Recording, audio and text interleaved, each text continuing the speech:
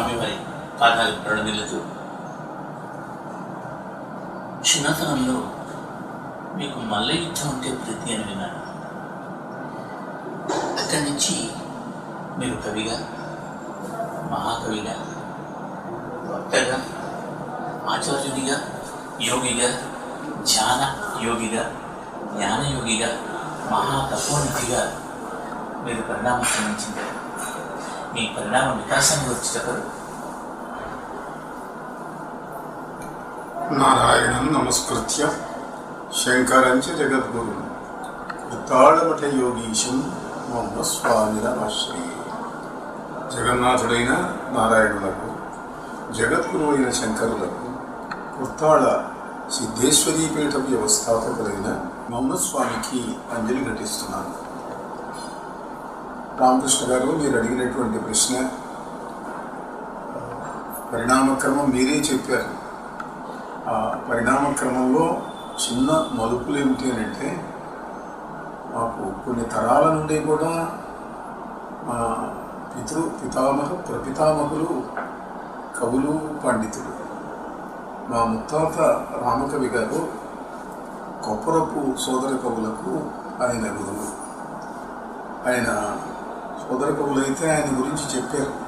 అష్టావధానం వనర్గళంబుగజేయ చేయెత్తి ఎవ్వడాశీర్వదించే ఆశుధారగ పద్యమల్లంగ శబ్దముల్ నోటికి నిర్వాడు నురిపోసే లక్షణ లక్ష్యముల్ లక్షల కొలదిగా నేర్పుమైనెవ్వాడు నేర్వజేసే ప్రతివాది వాదముల్ పరిభరింపగజాలు సామర్థ్యమెవ్వాడు సంఘటించే తనకు గల ఎట్టి శిష్య బృందములోన అగ్రణిగా నన్ను నెవ్వడనుగ్రహించే అభినుతించదనట్టి విద్యాపణీంద్రు రమ్య గుణసాంద్రు పోతరాడ్ రామచంద్రు అని మా ముత్తాత గారిని గురించి కొప్పరం సోదర కవులు చెప్పారు. అట్లా తరతరాలుగా మా ఇంట్లో కవిత్వం వస్తూ ఉన్నది. దీంట్లో కూడా ఏమిటంటే, మా ముత్తాత గారు కాశీ వెళ్ళారు, తీర్థయాత్రలు చేశారు. అది నాకు తెలియదు. మా తాత, మా నాన్నగారు వెళ్ళారో సంగతి తెలుసు. కానీ ఒకనాడు కాశీలో నేను ధ్యానం చేస్తుంటే భైరవుడు, మీ ముత్తాత నా భక్తుడయ్యా, ఇక్కడికి వచ్చాడు, ఆయన కోరితే నిన్ను అక్కడ పుట్టించాను అన్నాడు. ఆయన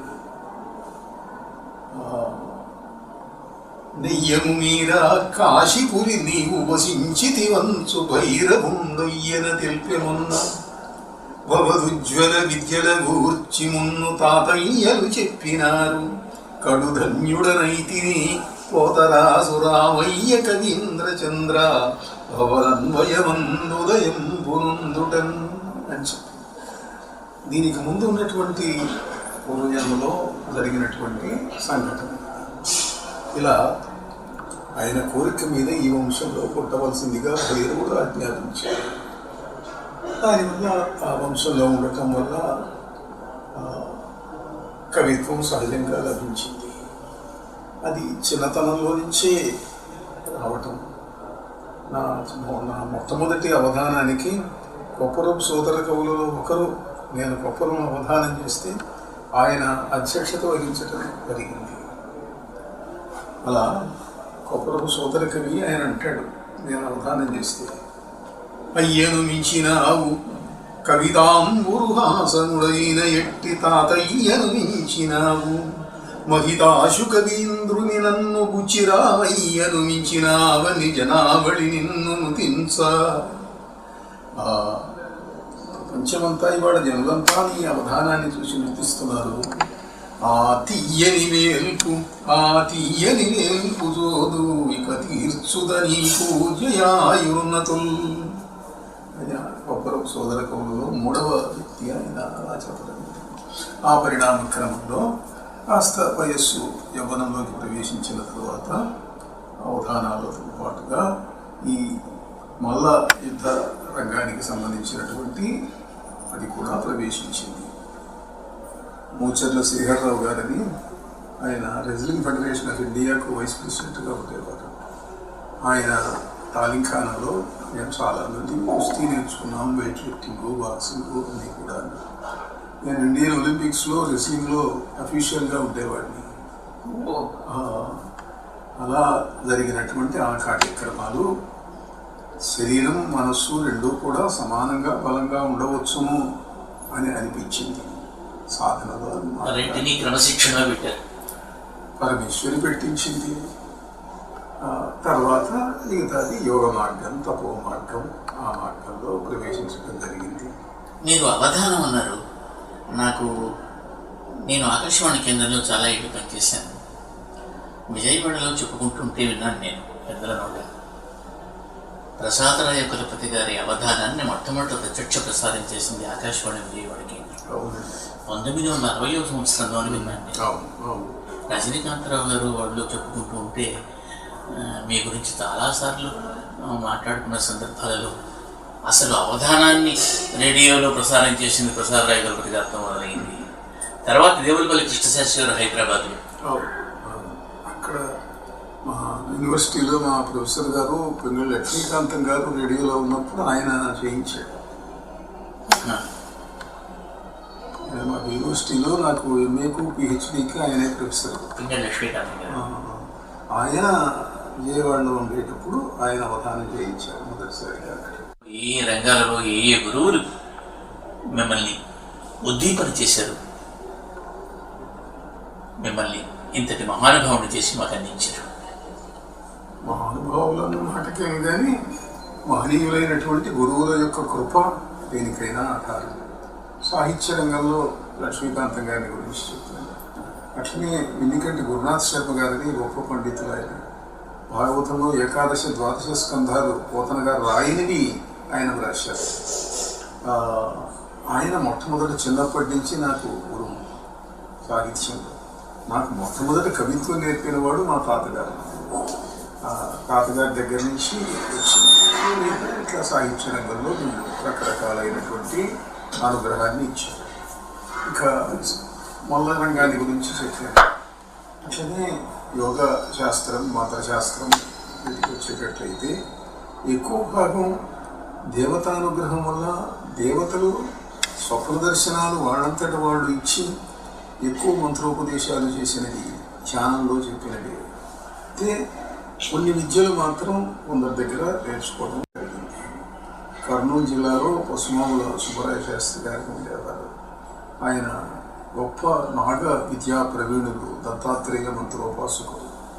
మహిత దత్తాత్రేయ మంత్రరాజంబును 7 కోటులు జపించినాడు.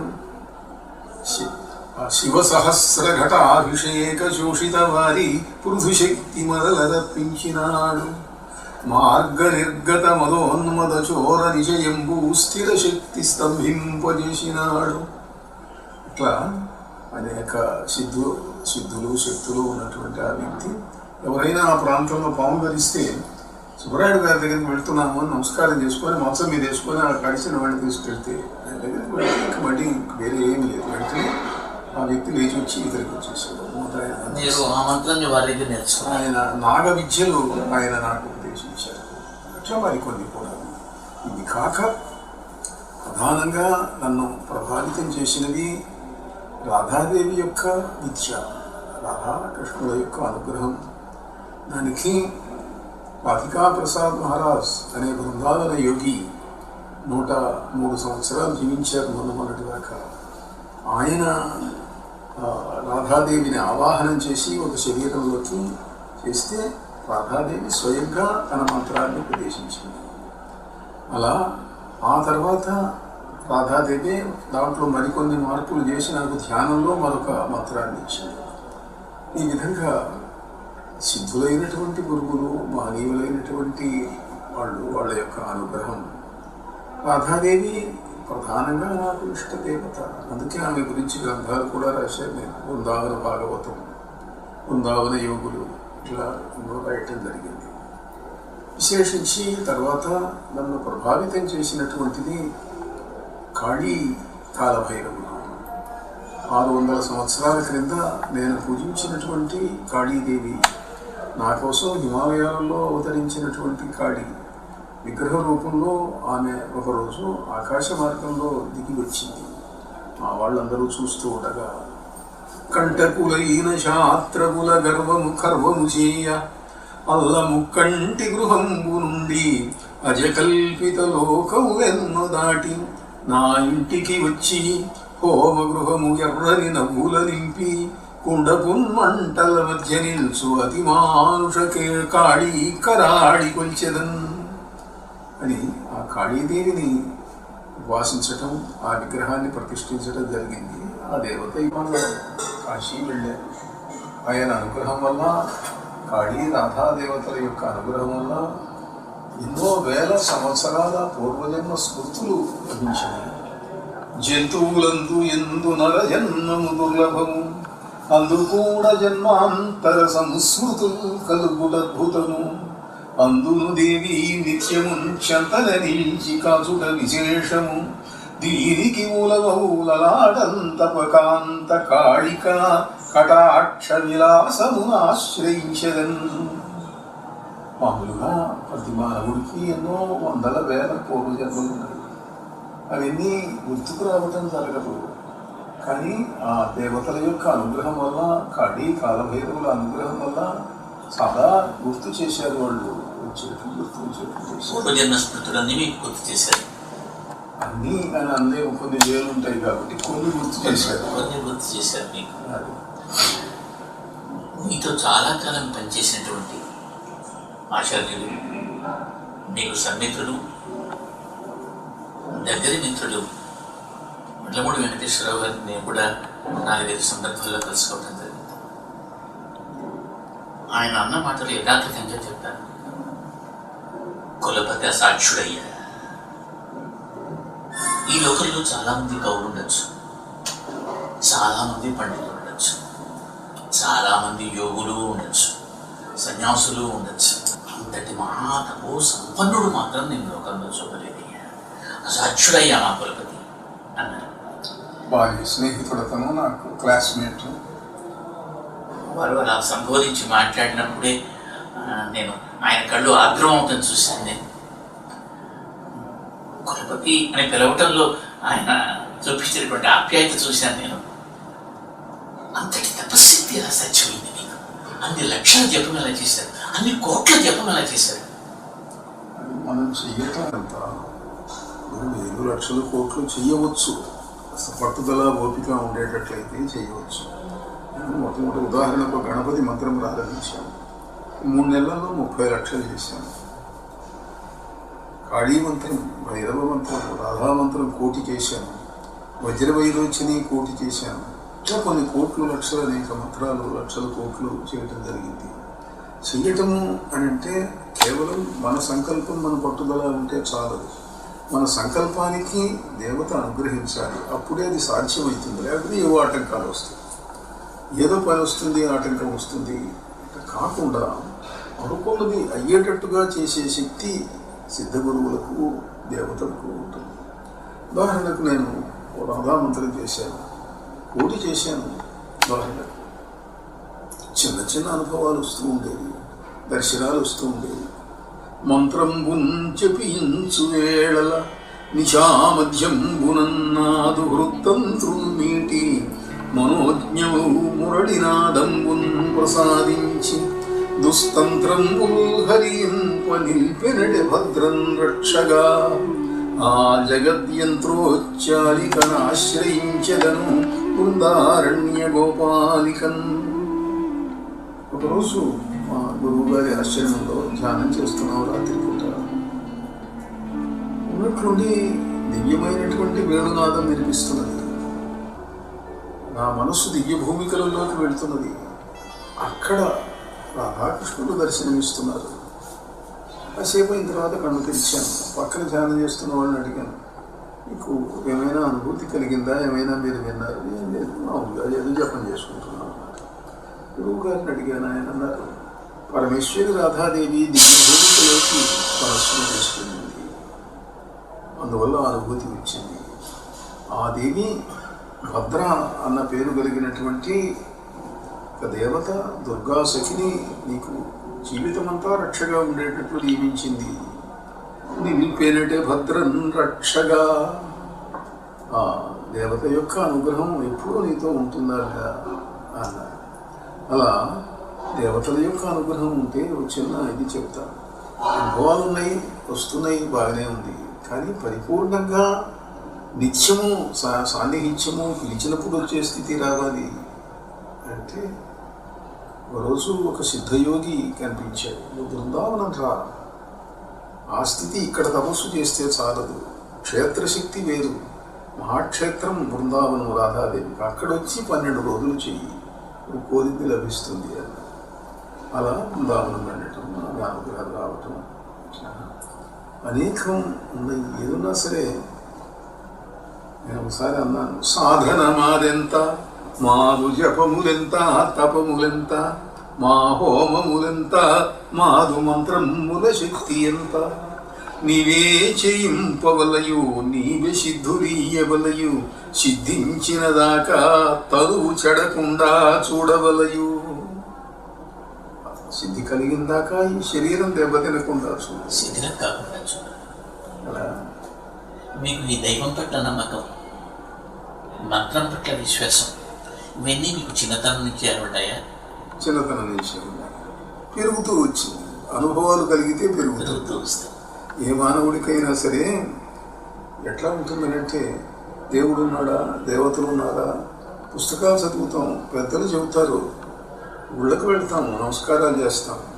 1000 గ్రంథాలు చేయలేని పని, 1000 పుస్తకాలు చేయలేని పని ఒక చిన్న అనుభవం ఇస్తుంది. ఒక చిన్న దివ్యానుభవం, డివైన్ ఎక్స్పీరియన్స్ వస్తే అసలు ఆ తర్వాత ఆ మనిషి యొక్క ఆలోచన ధోరణి వేరు. కానీ చిత్రం ఏమిటంటే, సామాన్యులు ఒక దేవుణ్ణి నమ్ముకుని ఆ దేవుడి జపం చేయటానికి చాలా ఇబ్బందులు, అవరోధాలు, అభ్యంతరాలు పడుతూ ఉంటాయి. మీరు ఎందరెందరూ దత్తాత్రేయ ఉపాసన చేశారు, అమ్మవారు ఉపాసన చేశారు, కాళిక ఉపాసన చేశారు, రేణుక ఉపాసన చేశారు, రాధాదేవి ఉపాసన చేశారు. ఈ ఉపాసన ఇంతటి మీద ఎలాగో సెలవిచ్చారు, వారి అనుగ్రహం ఉండబట్టి ఇవన్నీ జరిగినాయి. కానీ ఇందరి దేవతల ఉపాసనా బలం మీకు వాళ్ళ అనుగ్రహం, వాళ్ళు చేయిస్తే చేయటం. అంటే చిన్నప్పుడు అవకాశాలు ఎక్కువ ఉండేవి, ఉద్యోగంలో కొంచెం వెసులుబాటు ఎక్కువగా ఉండేది, తీరిక ఉండేది. అందువల్ల కాలేజీలో లెక్చరర్ ఉద్యోగం అని అంటే సెలవులు ఎక్కువ ఉండేవి ఆ రోజుల్లో. ఇప్పటికంటే ఎండాకాలం సెలవులు వస్తే 100 రోజులు సెలవు ఇచ్చేవాళ్ళు ఆ రోజుల్లో. ఇప్పుడు అది తగ్గిపోయినాయి అనుకోండి. అప్పుడేమిటి అంటే నిరాహారంగా కూర్చోవటం, పొద్దు నుంచి సాయంకాలం దాకా కూర్చోవటం, రాత్రిపూట ఒక గ్లాస్ పాలో మజ్జిగో తీసుకోవటం, ఇట్లా నిరంతర ఉపవాసములతోటి సంవత్సరంలో ఒక దాదాపు 150 రోజులు, 200 రోజులు గడపటానికి అవకాశం వచ్చింది ఆ ఉద్యోగంలో. అందువల్ల సాధనకు అవకాశం వచ్చింది. ఉంటున్నమాట యజ్ఞయాగాది క్రితువులు, హోమాలు మీరు విరివిగా ప్రజల చేత చేయిస్తూ, హోమాలు చేయిస్తూ, వాళ్ళకు కూడా మంత్రోపదేశం చేస్తూ వాళ్ళ బతుకుని పండిస్తున్నారని, వాళ్ళ జీవితాన్ని చరితార్థం చేస్తున్నారు. మంత్రం మా బుట్లు విడివిడి జ్ఞానం తప్పుతుంటే ఏదో ఒక చెప్పుకునేవాడు. ఈ ఆడవాళ్ళు చేయకూడదు, వేదాలు ఆడవాళ్ళు చెప్పకూడదు, ఈ మంత్రాలు ఆడవాళ్ళు చేయకూడదు అంటారు.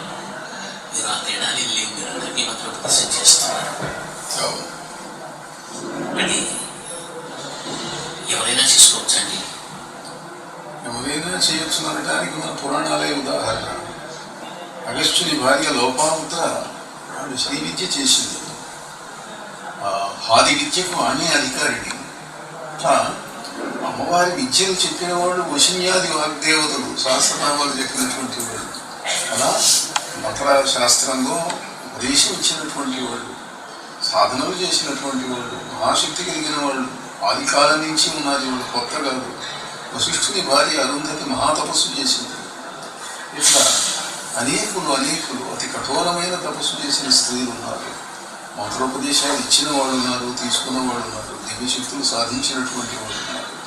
అందువల్ల దాన్ని మధ్యలో కొంత తగ్గిపోయిన దాన్ని మళ్ళీ మనం దాన్ని పునరుద్ధరించుకోవటం.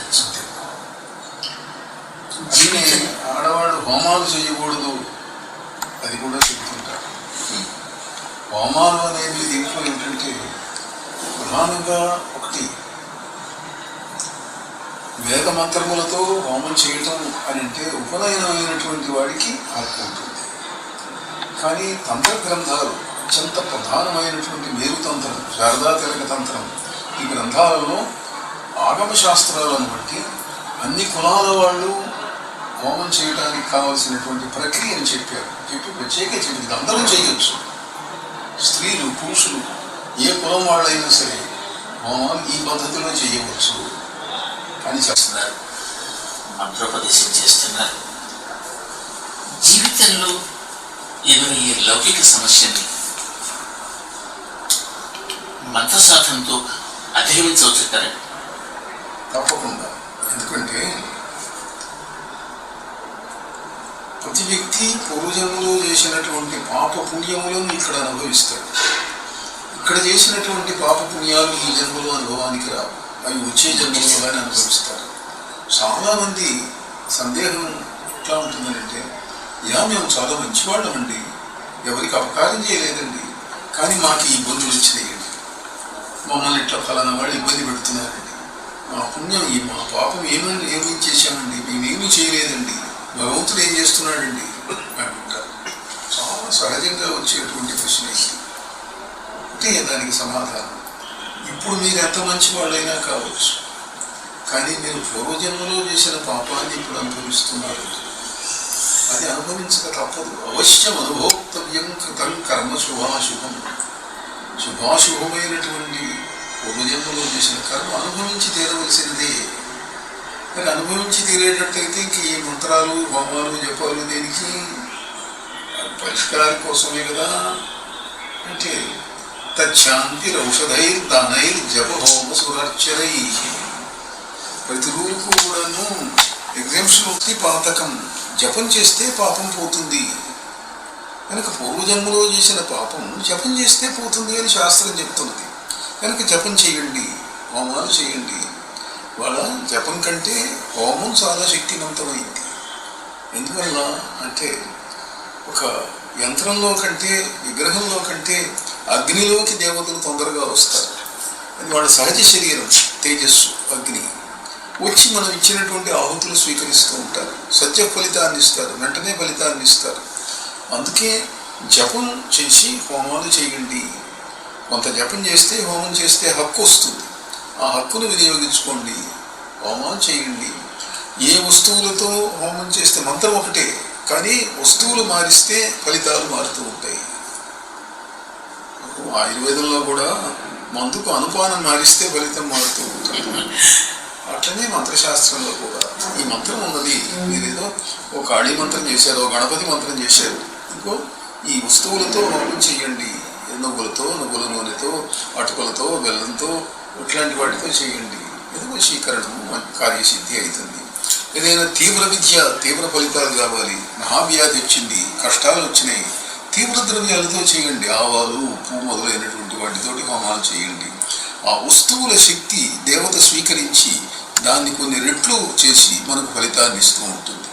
ఇప్పుడు మనం ఏం చేస్తున్నామంటే, ఊళ్ళోకి వెళ్ళి కొబ్బరికాయ కొట్టి స్వామి నాకు మహారాజ్యాన్ని ఇవ్వు అని అడుగుతాడు. మనం ఇచ్చేది కొబ్బరికాయ, కానీ ఇస్తారు దేవతలు. ఎందుకంటే వాళ్ళు ఎంత భక్తితో కొంచెం సమర్పించినా మనకు కొన్ని వందల రెట్లు ఎక్కువ ఫలితాన్ని ఇస్తారు.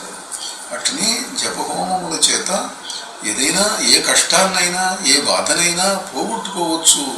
అయితే ఎంత చెయ్యాలి అనేటువంటిది, ఏదో చాలామంది వచ్చి స్వామివారు మేము రోజు 108 చేస్తున్నామండి, మా పనులు ఇంకా కాలేదండి అంటారు. ఎట్లయితుంది? కర్మను చేయించేటంత చెయ్యాలా?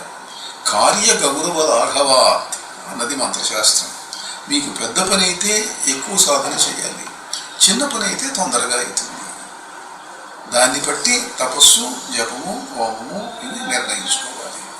తర్వాత ఇంకో ప్రధానమైనది ఏమిటి అంటే, చాలామంది మేము ఎన్నో ఏళ్ల నుంచి చేస్తున్నామండి, మాకు ఈ దివ్యానుభవం రావటం లేదంటే, అంటే దివ్యానుభవాలు వస్తాయి పట్టుదలతో చేస్తే, కానీ మహాక్షేత్రంలో చేస్తే కానీ తపస్సు ఫలించదు.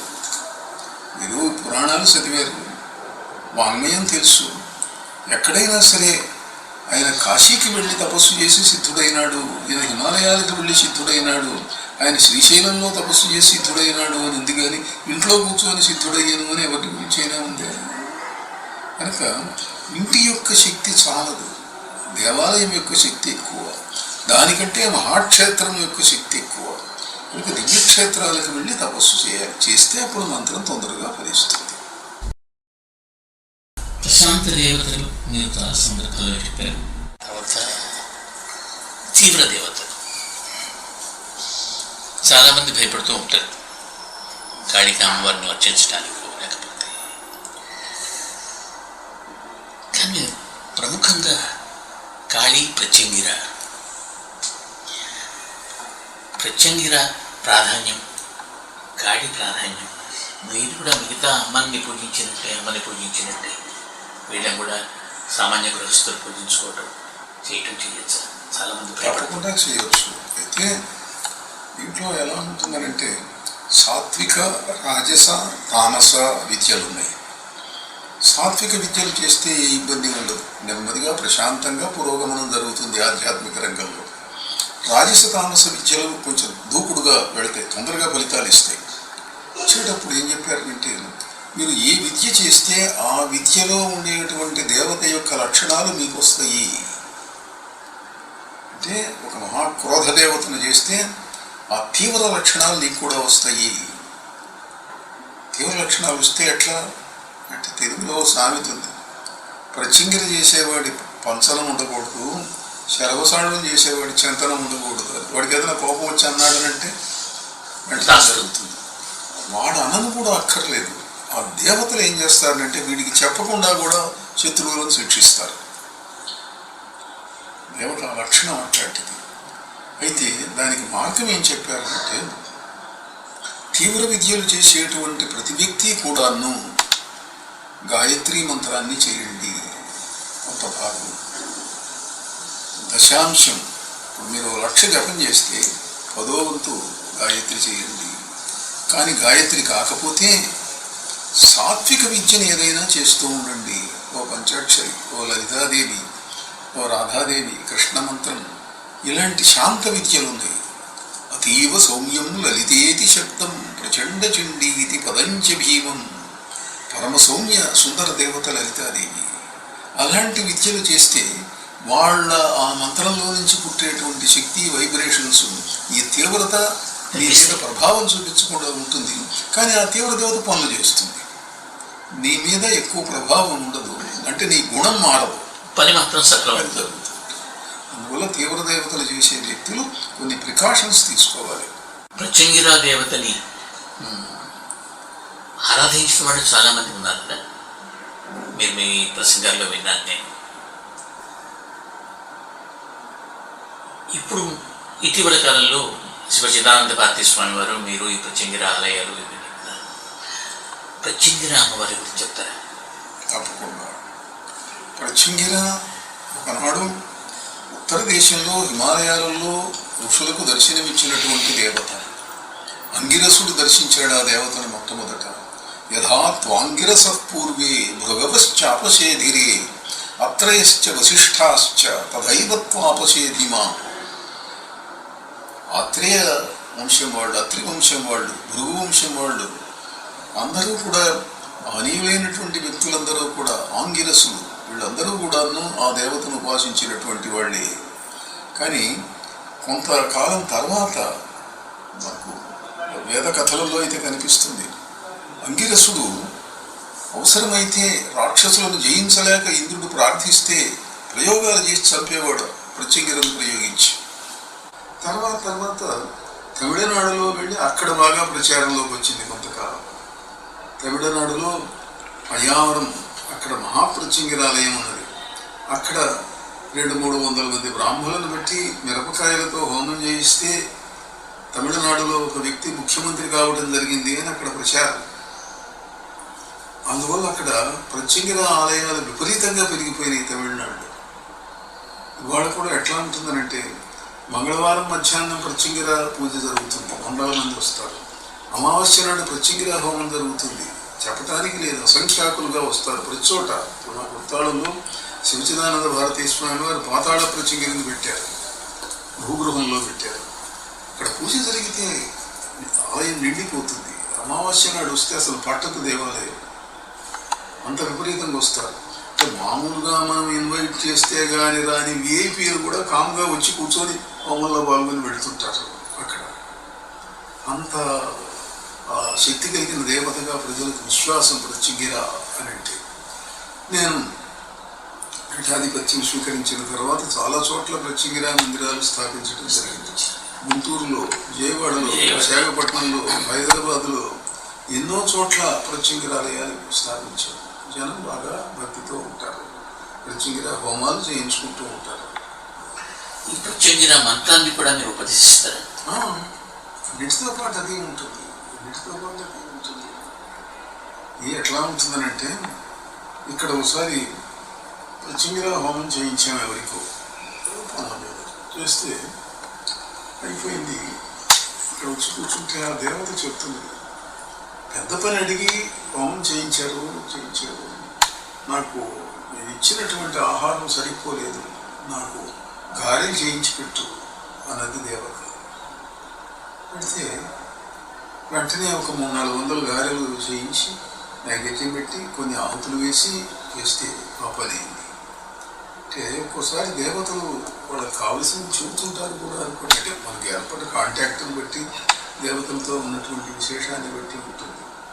దాన్ని ఇప్పుడు నేను విశాఖపట్నంలో చాతుర్మాస్య దీక్షలో ఉన్నాను. ఇక్కడ ఒకరోజు వెంటనే ఒక తీవ్ర దేవత హోమం చేయిస్తున్నాను. ఇక్కడ స్థానికంగా ఉండేటువంటి పోలీస్ కమిషనర్ ఆయన భార్య కూర్చొని హోమం చేశారు. వాళ్ళ పర్పస్ కోసం చేశారు. చేస్తే హోమం అయిపోయింది, ఇక్కడ వచ్చి కూర్చున్నాను నేను. వాళ్ళు హోమం అయిపోయి పూర్ణాహుతి అయిపోయి వచ్చి కూర్చున్నారు. ఉన్నట్టుండి ఆమెలోకి అమ్మవారు వచ్చింది, ఆవేశం వచ్చింది. ఆమె ఊగిపోతున్నది, తట్టుకోలేకపోతున్నది. ఆయన పాపం పట్టుకొని ఆపుతున్నాడు, అని ఆగటం లేదు. అంటే నేను అన్నాను, కమిషనర్ గారు ఇది మీ జ్యూరిస్డిక్షన్ కాదు, ఇది మా జ్యూరిస్డిక్షన్, మీరు ఏం చేయక్కర్లేదు అని ఆమె శిరస్సున అలా అంత చేయబెట్టి దూరాన, అమ్మా ఈ శరీరం తట్టుకోలేకుండా ఉన్నది ఉపశమించు అంటే వాళ్ళ అబ్బాయి కూడా వచ్చాడు. నాకు మంత్రాల మీద నమ్మకం లేదు గురువు గారు, మా అమ్మలోకే అమ్మవారు వచ్చింది, నాకు కూడా మంత్రం చెప్పటి చేస్తారన్నాడు. కాలేజీలో అడిగే ఎదుగుతుంది. అదే అడిగిపోయాను నేను. చాలామంది చాలా తేలికగా మంత్రాలకు చిత్తకాలు వెళ్తాయా అంటూ ఉంటారు. మిమ్మల్ని చూసిన తర్వాత, మీకు ఉపదేశం పొందినటువంటి భక్తులను చూసిన తర్వాత మంత్రాలకు అన్నీ సిద్ధిస్తాయి. మీరు చెప్పినట్టుగా ఆ నియమాలు, ఆ నిష్ట, ఆ సంప్రదాయం పట్ల గౌరవం, దేవత పట్ల నమ్మకం ఇది చేస్తే ఫలితాలు సిద్ధిస్తాయి. నమ్మకం అన్న ఒక మాట వాడారు మీరు. నమ్మకంతో పని లేదు మంత్రానికి. నమ్మకం లేకపోయినా మంత్రం పనిచేస్తుంది. మంత్రంలో ఉచ్చరిస్తే పుట్టేటువంటి శక్తి మీ నమ్మకంతో సంబంధం లేదు. ఉదాహరణకు ఒక చిన్న సంఘటన చెప్తాను. మీకు బాగా తెలిసినటువంటి ఒక పత్రికాధిపతి ఆయన నాతో అన్నాడు, స్వామివారు నా ఇంట్లోకి పాములు వస్తున్నాయండి విపరీతంగా, ఆగటం లేదు, ఏం చేయమంటారు అన్నాడు. ఏమంటారంటే, నేను మంత్రం చెబుతాను 3 రోజులు చేయండి అన్నాను. నాకు మంత్రం మీద నమ్మకం లేదు అన్నాడు. మీ నమ్మకంతో పని లేదు, మంత్రం చేయండి పని జరుగుతుంది. 4వ రోజు నుంచి పాములు రావటం పోయింది. ఆయన ఆశ్చర్యపడి దాన్ని ప్రచురించాడు కూడా తన గ్రంథంలో. ఇట్లా నమ్మకంతో పని లేదు. మీరు ధర్మరక్షణ యజ్ఞాలు దేశ విదేశాల్లో చూస్తున్నారు. ఫలితం ఎలా ఉంది? యువతి యువకులందరూ విశేషంగా పాల్గొంటున్నారా? ఎంతవరకు వారు మళ్ళీ ఈ మార్గంలోకి వస్తున్నారు? ఇక్కడైతే విలువలు చాలా వరకు పర్వాలేదు. అంటే ఒకటున్నది, ధర్మరక్షణ యజ్ఞం చేసే ఉద్దేశం ఏమిటి అంటే, ధర్మాన్ని రక్షించాలన్న తపన చాలా మందిలో ఉంది. ఉద్యమాలు నడుపుతారు, వాళ్ళు చేతనైన కృషి చేస్తున్నారు. కానీ కేవలం మానవ శక్తి సరిపోని కాలం వచ్చింది. మానవ శక్తికి దైవశక్తి తోడైతే తప్ప విజయం సాధ్యం కావటం లేదు. అందువల్ల ఎవరెవరైతే ఉద్యమాలు నడుపుతున్నారో ఎవరైతే దీనికోసం కృషి చేస్తున్నారో వాళ్ళందరికీ శక్తి రావటం కోసం, ఈ మార్గంలోకి కొత్త వాళ్ళు వచ్చి కృషి చేయటం కోసం మన తపస్సును శక్తిని వినియోగించేటట్లయితే తొందరగా ఈ ధర్మరక్షణ, ఈ జాతిని కాపాడుకోవడం జరుగుతుంది అన్న ఉద్దేశంతో ఈ ధర్మరక్షణ యాగాలు ప్రారంభించి మీరు అన్నట్లు అనేక చోట్ల అనేక దేశాలలో చేస్తూ వస్తున్నాం అనుకోండి. దాంట్లో చాలా ఉత్సాహంతో చాలామంది పాల్గొంటున్నారు, చేస్తున్నారు. కుమారి దాకా శ్రీలంకలో చాలా యజ్ఞాలు చేయించారు. అక్కడ గాయత్రి పీఠం ఉన్నది, నరోలియా అని చెప్పి నువారా ఎలియా అని అంటారు. అక్కడ గాయత్రి యజ్ఞం చేయించారు. అట్లనే త్రిపుర్తాళం నుంచి మాలయాలలో యజ్ఞం చేయించాను, నేపాల్లో చేయించాను, టిబెట్లో చేయించాను. ఇట్లా అనేక చోట్ల ఢిల్లీలో చాలాసార్లు చేయించాను. ఢిల్లీ, బొంబాయి, కలకత్తా, మెడ్రాస్ మహానగరాలు అనేక ప్రదేశాలలో కొన్ని వందల చోట్ల యజ్ఞాలు ఈ దేశంలో చేయించాము, సరైన దేశాల్లో. ఇట్లా యజ్ఞం అనేది మన ఋషులు మనకి ఇచ్చినటువంటి గొప్ప వరం. అది చాలామంది అంటుంటారు ప్రార్థన చేస్తే చాలు అని. అంటే ప్రార్థన చేస్తే చాలటం లేదు. మనం చేసే ప్రార్థనకు శక్తి తక్కువ. అందువల్ల ఋషులు ఇచ్చిన ప్రార్థనలను మనం చదివితే, పారాయణం చేస్తే శక్తి ఎక్కువ వస్తుంది. ఆ ఋషుల కంటే దేవతలు గొప్పవారు. దేవతలు ఋషులకు మంత్రాలు ఇచ్చారు కనుక మంత్రం యొక్క శక్తి ఎక్కువ. పూజా కోటి సమం స్తోత్రం, స్తోత్ర కోటి సమం జప, జపకోటి సమం ధ్యానం. పూజల కంటే స్తోత్రములు గొప్పవి, ఋషులు ఇచ్చినవి. స్తోత్రముల కంటే మంత్రజపం గొప్పది, జపం కంటే ధ్యానం గొప్పది. ధ్యానం అందరికీ నిలవదు, మనసుని తీస్తే కష్టం. జపంలో మనస్సు నిలవకపోయినా శక్తి పుడుతుంది. చాలామంది అంటుంటారు మాకు కాన్సన్ట్రేషన్ ఉండటం లేదండి, జపం చేసి ప్రయోజనం ఏముందండి అంటుంటారు. పూర్తి కాన్సన్ట్రేషన్ వచ్చేటైతే జపం కూడా ఉండదుగా. జపం ఆగిపోతుంది భావ సమాధి స్థితి వస్తే. కనుక ఆ పూర్తి ఏకాగ్ర స్థితికి కింద ఉండేది జపం.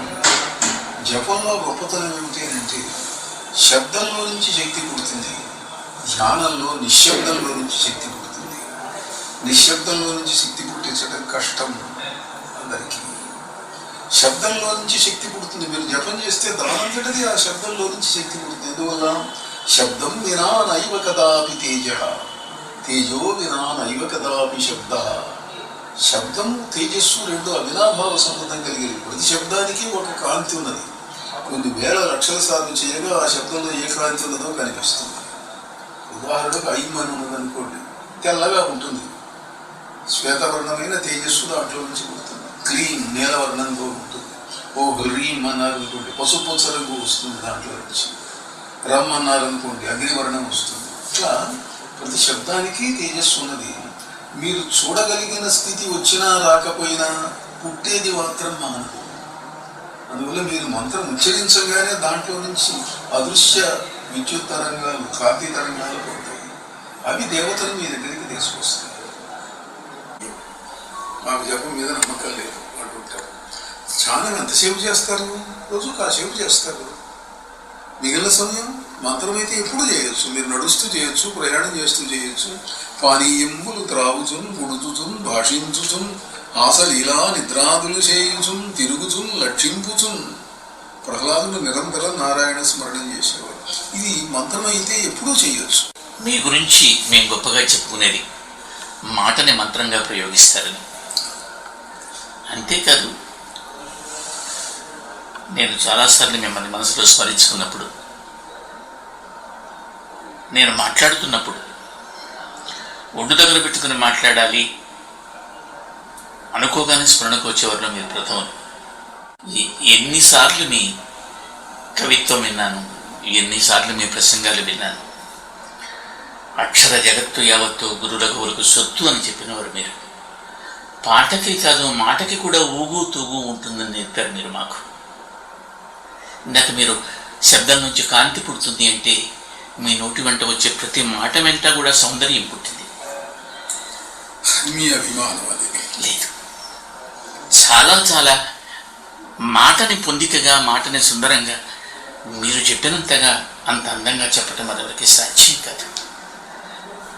అది మా అదృష్టం. పూర్వాశ్రమంలో మీ వెంట 1-2 సందర్భాలలో కలిసి నడిచినప్పుడు, కలిసి ప్రయాణం చేసినప్పుడు మిమ్మల్ని ఆకాశవాణి కేంద్రానికి ఆహ్వానించినప్పుడు, మిమ్మల్ని విని ఇవాళ ప్రత్యక్షంగా మీతో సంభాషిస్తున్నప్పుడు నాకు కలిగిన దివ్యానుభూతి.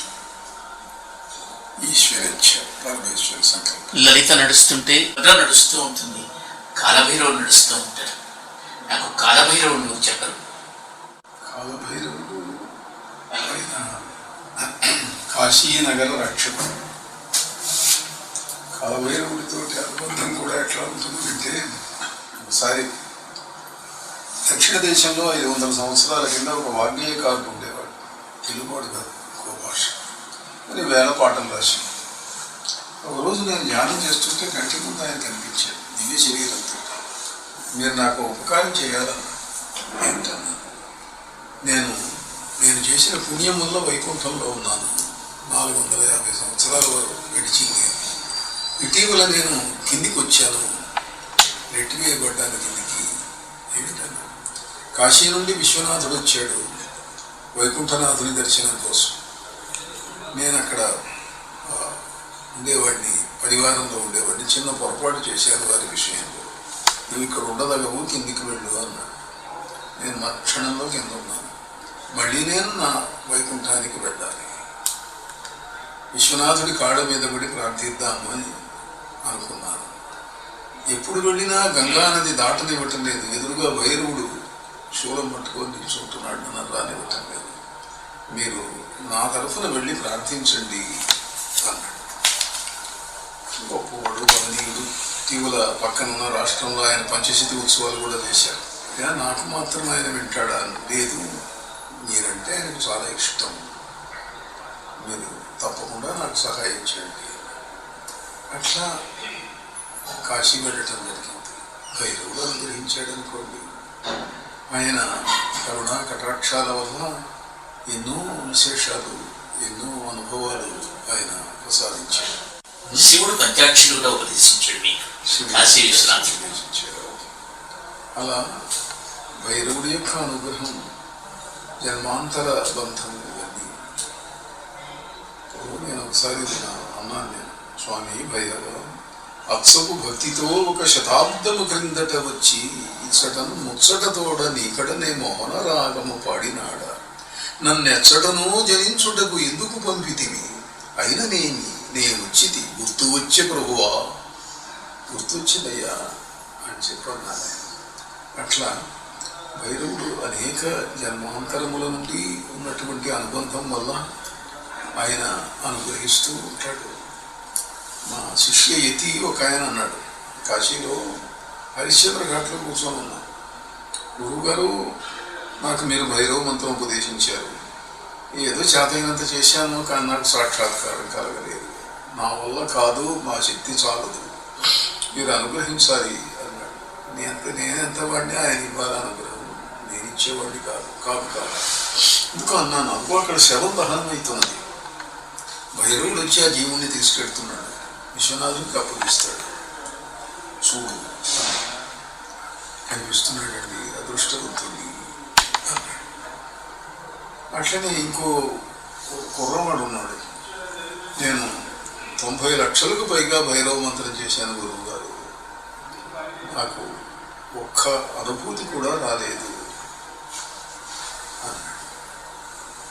ఏడుస్తున్నాడు కుర్రాడు.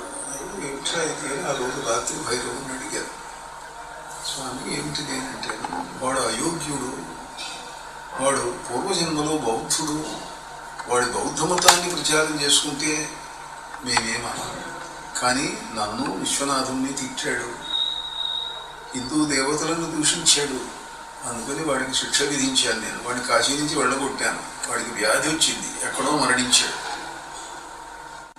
అంటే స్వామి ఏదో ఇప్పుడు అనుగ్రహించండి, ఇంత కష్టపడుతున్నాడు, మీ మంత్రం చేస్తున్నాడు, సరేలే అన్నాడు. ఆ మర్నాడు వాడికి అనుభూతి వచ్చింది. ఇలా భైరవుడి యొక్క అనుగ్రహం చాలా చిత్రమైనటువంటిది. మావాడు ఒకడు ఉన్నాడు మా పరివారంలో, ఉన్నటువంటి బ్రెయిన్ హ్యామరేజ్ వచ్చింది కాశీలో. వీడు రేపటికి మరణిస్తాడు అన్నాడు భైరవుడు. అంటే స్వామి నాకు పరివారంలో ఉన్నాడు, చాలా సేవ చేస్తున్నాడు, వాడిని అనుగ్రహించండి అన్నాను నేను. రజ్జువు తాల్చివచ్చు యమరాజును చూచి, రజ్జువు తాల్చివచ్చు యమరాజును వెనకకు పంప గంగలో మజ్జనమాచరించి విషివధ్యను ధ్యానము చేయ సూర్యై గజ్జలను స్వీయ పదకంజములను కనిపింపజేయు ఆ కజ్జల రూపునిందలతో కాశికనేరెడు తలభేదము. ఆ రాత్రి కనిపించాడు, నవ్వాడు, అనుభవించాడు. మర్నాడు అతనికి యావరేజ్ వచ్చింది, అయితే జీవించాడు, పెద్ద ఇబ్బంది లేకుండా జీవించాడు. మీరు కూడా మీరు అచేతనంగా ఉండటం, సచేతనంగా చూడడం, సచేతనంగా చూసిన తర్వాత మీరు దీర్ఘమంకు లోను కావడం, ఉద్వేగానికి లోను కావడం, తర్వాత మళ్ళీ మళ్ళీ మీరు మాకు దక్కటం. ఇది కూడా నాకు వడ్లమూడి వెంకటేశ్వర గారు చెప్పినప్పుడు మేమందరం కూడా అందరూ దేవతలు మీకు అండగా ఉంటాయి, మీరు మాకు అండగా ఉంటారు. పరమేశ్వరి అండగా ఉంటుంది, భైరవుడు అండగా ఉంటాడు తప్పకుండా. చివరిగా నాకు ఇందాక మీరు మాట్లాడినారు, గత జన్మలో చేసినటువంటి పాపాన్ని ఇప్పుడు అనుభవిస్తాం, కర్మని ఇప్పుడు అనుభవిస్తాం, ఇప్పుడు చేసుకున్నది మరి జన్మకి బ్రాడ్ ఫార్వర్డ్ అవుతుంది, ఇతడి జన్మకి ఇప్పుడు క్యారీడ్ ఫార్వర్డ్ అవుతుంది. మనం కొంత తగ్గించుకోవడానికి అవకాశం ఉంది. ఇందాక మీరు ఒకటి అన్నారు, ఆ ఇంటెన్సిటీ ఆఫ్ కర్మ, ఆ ప్రభావాన్ని అనుభవించవలసిందే, కర్మ అనుభవించవలసిందే. నేను దాన్ని సంస్కరించుకునే అవకాశం నాకుందే ఈ జన్మలో కొంతైనా. తప్పకుండా అదే కదా. జపహోమ సుదర్శనై, జపముల చేత, హోమముల చేత, దేవతార్చనల చేత పాపాన్ని తొలగించుకోవచ్చు, దాంట్లో ఎటువంటి సందేహం లేదు. ఎంత కష్టాన్ని, ఎంత పాపాన్నైనా జయించవచ్చు. అంటే కష్టపడాలి, తపస్సు చేయాలి, చేస్తే జయించవచ్చు. మనం పట్టుదలతో ఉంటే మన సాధన ఫలించడానికి దేవతలు సహాయం చేస్తారు. మనం కాస్త ఒక అడుగు ముందుకు వేస్తే వాళ్ళు 4 అడుగులు ముందుకు వస్తారు. మన పట్టుదల ఉంటే చాలు, తప్పగా జరిగి తీరుతుంది. కుర్తాళ పీఠానికి మీరు అధిపతిగా ఉన్నారు. ఆ పీఠ వైశిష్యాన్ని గురించి కానీ పాలించినటువంటి పీఠాధిపతుల గురించి మీ నోటి వెళ్ళాలని. మహనీయుడైనటువంటి మౌనస్వామి, ఆయన హిమాలయ యోగి, హిమాలయ తపస్వి. ఆయనను అక్కడి సద్గురువులు, నువ్వు ఇక్కడ తపస్సు చేసి ఇక్కడే ఉండిపోదామని వచ్చావు, కానీ దైవ కార్యం కోసం నేను మళ్ళీ పంపిస్తున్నాను, నువ్వు వెళ్ళు, నువ్వు ఏది సాధించాలనుకున్నావో అది మేము క్షణంలో నీకు ఇవ్వగలం, కానీ మా పని దైవ కార్యం, అది చేయాలా, నువ్వు దక్షిణ దేశానికి తిరిగి వెళ్ళు అని అంటే, హిమాలయ దేవత సిద్ధేశ్వరీ దేవి మౌనస్వామితో వచ్చింది. సిద్ధేశ్వరీ పీఠం అక్కడ స్థాపించబడింది. 25,000 సంవత్సరాల క్రింద మౌనస్వామి గురువు గారు అచ్యుతానంద సరస్వతి స్వామి యొక్క సంకల్పముల్లో అవతరించినటువంటి దేవత సిద్ధేశ్వరి, సిద్ధమాత, లలితా సహస్రనామాల్లో చెప్తాం. ఆ దేవత ఆయన అక్కడ స్థాపించాడు. మహనీయుడు, సిద్ధపురుషుడు, స్వర్ణసిద్ధి కలిగినటువంటి వాడు, దేన్నైనా బంగారంలోకి మార్చేవాడు. ఆయన మరణించిన వాడును బతికించాడు, ఎందరి వ్యాధులను పోగొట్టాడు, ఎన్ని కష్టాలు తీర్చాడు. ఆ రోజుల్లో బ్రిటిష్ గవర్నర్లు ఆయన దర్శనం చేసుకున్నారు. విశేషించి అక్కడ స్థాపించిన వినాయకుడిలో ప్రాణం ఉన్నది అని చెప్పి గుండె కొట్టుకునేట్టు చేశాడు. శిలా విగ్రహానికి నాడి ఆడేటట్టు చేశాడు. దాన్ని నాడీపతి, నాడీ గణపతి అని పిలుస్తారు. అటువంటి మహాపురుషుడు ఆయన సంకల్పం వల్ల నేను అక్కడికి రావడం జరిగింది. 150 సంవత్సరాల కింద ఆయన నన్ను అడిగాడు, కుర్తాడానికి రావాల్సింది ఏం చెప్పాడు. అప్పుడు కుదరలేదు, తర్వాత వస్తానన్నాడు. అందుకని ఆయనకి ఇచ్చిన మాట కోసం వెళ్ళవలసి వచ్చింది. ఆయన సమాధి ముందు ధ్యానం చేస్తుంటే, మనం మొట్టమొదటిసారి కుర్తాళానికి 4,000 ఏళ్ల కింద కలిసి వచ్చాము హిమాలయాల నుండి అని గుర్తు చేశాడు ఆయన. ఇట్లా జన్మాంతర బంధం కలిగినటువంటి వ్యక్తి మౌనస్వామి. ఆ తర్వాత వచ్చిన వారు ఉమలానంద భారతీ స్వామి. ఆయన విశ్వనాథ సత్యనారాయణ గారికి గురువు గారు, కళ్యాణానంద భారతీ స్వామి వారి శిష్యుడు, గొప్ప మహనీయుడైన వేదాంతి. ఆయన శిష్యుడు త్రివిక్రమ రామానంద భారతీ స్వామి వారు. ఆయన మహాయోగి, గొప్పవాడు. ఎట్లా ఉంటుందనంటే దేవతల అనుగ్రహము, గురువుల యొక్క సత్కృప. ఒకసారి ఆయన దగ్గరికి మోగవాడిని తీసుకొచ్చారు, పిల్లవాడిని, ఓ తమిళుడు. ఇలా మా పిల్లవాడికి మా మాటలు రావటం లేదు. అంటే మా పిల్లవాడిని చూస్తూ త్రివిక్రమానంద భారతీ స్వామి వారు అన్నారు, అబ్బాయి నీకు మాటలు వస్తాయి, వస్తే నాకేమిస్తావు అన్నారు. మీరేమిమ్మంటే అది ఇస్తానన్నాడు కుర్రాడు. మాటలు వచ్చినాయిగా అన్నాడు. అట్లాంటి ఈశ్వరులు ఇక్కడ పీఠానికి. అలానే వారి తర్వాత వచ్చిన మా గురువు గారు శివచిదానంద భారతీ స్వామి గారు, ఆయన మరణించిన వ్యక్తిని బతికించాడు విజయవాడలో. విజయవాడలో ఆయన స్నేహితుడు కమ్యూనిస్ట్ పార్టీ లీడర్ చూడడానికి వచ్చాడు. మెట్లెక్కి పైకి వచ్చి పడిపోయినాడు, హార్ట్ అటాక్ వచ్చి. వాళ్ళందరూ వచ్చారు, ఆయన మెట్లు ఎక్కలేడు, మీరు పైన ఉన్నారని వచ్చారు, మీ వల్ల మరణించాడు అన్నారు. అంటే ఆయన మరణించాడని ఎవరన్నారు? డాక్టర్ వచ్చి చూశాడు కదండి, మరణించాడని చెప్పేశాడుగా. అంటే మౌనస్వామి పిలుస్తున్నాడులే అని 3 సార్లు పిలిస్తే ఆ వ్యక్తి లేచి కూర్చున్నాడు. అలాంటి అద్భుతమైన మహాపురుషులు కొత్తాళ పీఠాధిపతులు. ఒక ప్రధానమైన అంశం ఏమిటంటే కొత్తాళ పీఠ సింహాసనం అది విక్రవార్కుడి సింహాసనం లాంటిది. అక్కడ ఎవరు కూర్చున్నా మౌనస్వామి నడిపిస్తూ ఉంటాడు. మిగిలిన వాళ్ళందరూ నిమిత్త మాత్రులైనటువంటి వ్యక్తులు. ఇంకా ఆయన అనుగ్రహం, ఆయన యొక్క తపశక్తి నడుపుతూ ఉంటుంది కొత్తాళ పీఠ. మీతో మా అనుబంధాన్ని ఇలాగే కొనసాగేలా మీరు మమ్మల్ని ఆశీర్వదించండి. మీ అనుగ్రహాన్ని పొందేలా, మీ ఆశీర్వచనం పొందేలా. అట్లా కాదు, అనుబంధం కొనసాగేలా ఆశీర్వదించటం కదా, అనుబంధం పెరిగేలా ఆశీర్వదించాలి. అనుబంధం పెరిగేలా మమ్మల్ని ఆశీర్వదించండి. ఇంతటి మహదవకాశం, ఇంతటి మహత్తర అవకాశాన్ని మీరు నాకు ఇచ్చారు. నా జన్మ చిత్తార్థమైనట్టుగా భావిస్తాను.